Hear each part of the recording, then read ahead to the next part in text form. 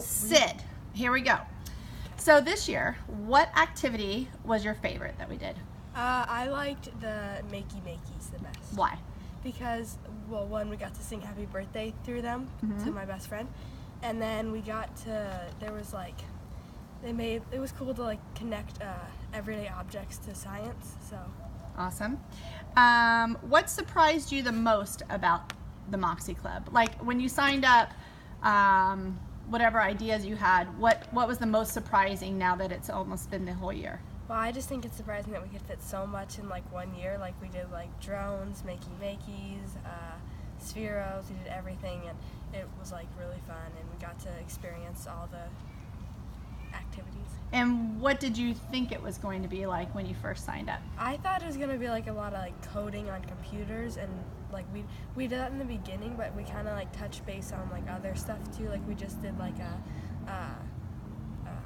Skype mentor, and I didn't think we were gonna do that, and I just thought it was gonna be like typing and coding. What's been your biggest takeaway from being a Moxie girl? I think that the biggest takeaway is like it empowers everyone, and like you can really they really show you that you can do whatever you want. It doesn't just have to be like guys doing it. Girls can do it too. All right. And before this year, if someone had told you, Sid, you're going to be part of a year-long computer science club, what would you have said to them? I would have said,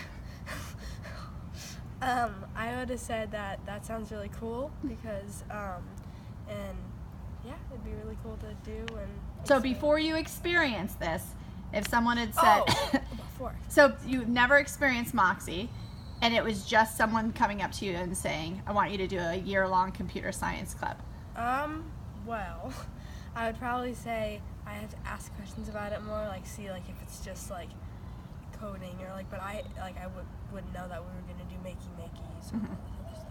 So if someone told you they were gonna do this stuff, you would be all over it now. Yeah.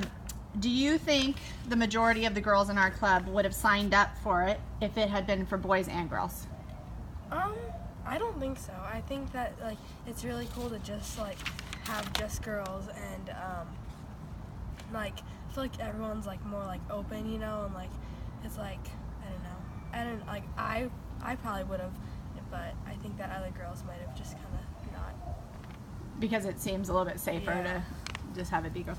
And what was the most challenging thing that we did this year? The robots. Okay, what did you think was challenging about it? Because for us, our robot kept on losing its storage or whatever, and we had to keep on redoing it, and that took like a long time, and we had to battle through that, you know. And Good. And last one. So for next year, you guys are going to be the leaders. A couple of things. What would you like? Is there anything that you can think of that you'd like us to try that we haven't done? Or is there anything that you'd like to go deeper into that we touched on? Or is there anything that you think we could do to make the club better?